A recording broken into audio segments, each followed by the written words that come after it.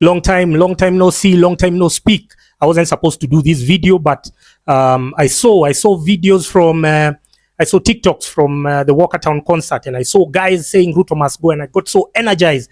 Yeah, I was invigorated. I got the inspiration to come and talk to you, to come and spit some lyrics and ask you whether we are still on the same page. But I'm convinced that this spirit is beyond financial inducements. The people who sold us off, the Osama Oteros, Hanifas, Boniface Mwangi, Caliph Cairo, all of you who sold us out, it's beyond that. You had mixed messaging. We're saying we are going to State House one day, and then you start telling us, no, we saw your game, but we are rebuilding slowly. We are building up confidence, and we love the spirit. So I'm liking that energy, and I hope we keep it up every Saturday wherever you go. The clarion call is Ruto must go. They're trying to distract us with Rigiji's nonsense, Rigiji's bullshit. We don't care about Rigiji. We don't care. As we are saying, kufa dereva, kufa makanga. So if the makanga is leaving, there's no more reason for the driver to be there. So we are saying all of them must go. All of them are trash. Rigiji now is trying to trigger ethnic sentiment. He's trying to trigger sympathy, and we are telling them, we don't give a shit about you people. When you guys mulipatana, hatukuwa pamoja. When you guys were cutting deals, hatukuwa pamoja. When you guys were living large, living la vida loca, we were not there. So now that you've gotten into a tiff, now that you've gotten into a disagreement, we are supposed to be roped in. You're trying to co-opt us into your misery. No, we have better shit to do. We have things to, we have places to be, people to see. So don't involve us in your crap. Kama, if you're being impeached, tenda wema nenda zako. If you think you've done anything, and you guys have not done anything for the last 2 years, just yapping on top of vehicles, you guys hit the campaign trail immediately. You're wondering, what kind of people are these? You are supposed to be an age that we are looking up to, age that we are respecting, but we cannot respect anything from you people. You have shown us that age is not a measure of wisdom, that you guys are as dumb as fuck. Yeah? So we are saying Rigiji has tried to bring the ethnocentric sentiment. Oh, poor guy. What you didn't notice is that June 25th, we may not have marched to State House. We may not have burnt Parliament. We may not have done the things that we were supposed to do. We may not have gotten you out of power. We may not even the reshuffle, even the minimum you got to reappoint idiots, clusterfucks like Murkomen, like Chirchir. Overgrown baboons who just think of stealing. Chirchir is just there bragging, I can steal elections, Can you work before you tell us how you can steal elections? Can you first work? There was no fuel in JKIA for a whole day. There was no fuel. And you guys are there. You're trying to create artificial problems so that you can have Adani come and take over. No. We see michezo ya town tunaielewa. So, I was telling you, we may not have achieved what we expected, what we anticipated, but what we know is that we ended tribalism. So when you are now going to say, our community, which community? When you are eating, were you eating with the community? In fact, Rigiji is the one who has destroyed the coffee sector. He's the one who has ruined it. So we are not emotionally attached. We are not inclined to support you. Why? Go. You think my life will change? It will not change. It will not be better. It will not be worse either. So get the stepping, Bwana Rigiji, and then now tuingie pande ya Ruto, because you cannot leave. You were elected, both of you. It was, you remember the campaigns when people were ticking, the idiots who voted for you, they were ticking Rigathi, Ruto. Bas, tuende hii maneno, kwenda kule unaenda. So I was saying I did a tweet last week, and I was just talking about Uhuru's tenure. And Uhuru is somebody who we are not holding accountable. And I was saying I used to frequent this local from 2011. And the membership of that local where we used to go and drink like on weekends was people who are in corporate, they had jobs. Me, I've never been employed in corporate, but I really empathize with people who lost jobs because they didn't deserve to. And from 2011, we had a whole clique of like close to 30 people. All of them had decent jobs. They had well-paying jobs. They had, it was okay. They were confident. They were doing what?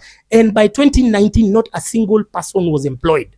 That's not by coincidence. It was Uhuru's pedestrian policies, misplaced policies. Uhuru is a very vindictive, he's a very malicious, he's a very narcissistic prick. Uhuru is the custodian of the dark triad traits. He's the worst person, he's the worst manifestation of all the narcissistic tendencies that a human can possess, because Uhuru loves seeing human suffering. He derives pleasure You understand? So all the companies, you remember, I'll give you just rough examples. You'll look at something like Chase Bank. Nobody knows why it was closed. Look at Imperial Bank. Nobody knows why it was closed, but customer deposits are there. People lost jobs. You understand? Think of something else. Think of Humphrey Kariuki's plant where, you know, he used to brew alcohol. 1,000 people were laid off. Were they going to be employed by Uhuru's company? No. But he was just doing it out of spite. Anyone who, because in his mind, he did not want anyone to surpass him. He did not want anyone to exceed him or his family. So, you know, he was the one who was engineering all the infractions that we are seeing in the economy. And then now 2019 to the turn of 2020, now they got a convenient excuse. Now let's blame COVID. No, shit had started hitting the fan. The rain had started beating us way earlier. People, the people I'm telling you about had lost their jobs. Senior people. People are now condemned to now immigrating, go to another country, go here, go where, go to Middle East, go to Europe, go to Australia, go to America. People who had never even contemplated of relocating, you know, to whatever, looking for greener pastures, they started relocating. Others had to survive on unconventional means. Others had to, you know, revert to family support. Others sank into alcoholism and depression. Because we were trained, 844 told us that so many vijana, mwisho wa kusoma utapata kazi nzuri sana. None of that has come. People were trained to be employed, and then you're telling them there are no jobs, but you are deliberately destroying the market, the job market. And so Uhuru, we are letting him slide. We are cutting him a lot of slack. We need to always remind him that he's a useless bastard. He's a narcissistic prick.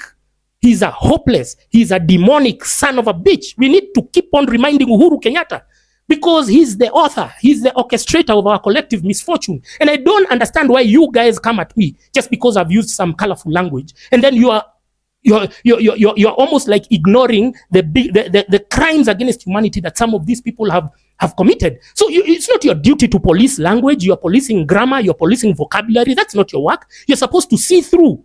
And we understand that this is where we are. We are not here by coincidence. Every day you're here, your phone, somebody's asking, okay, send me 1,000, send me 2,000. I'm broke, buy me this, do this. But why are they doing that?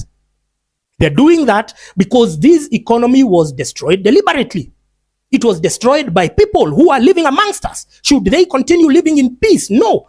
At the least that you can do is just inform them and tell them, we know you are the one who ruined the economy. We know you met the economy at this point. Kibaki had fixed it up until here, and then you destroyed it. Now we have to keep on reminding them because there will come a time, a government that we deserve, that will come and pursue and open crimes against humanity charges against such clusterfucks like Uhuru Kenyatta. The people they did, you saw what they did during COVID.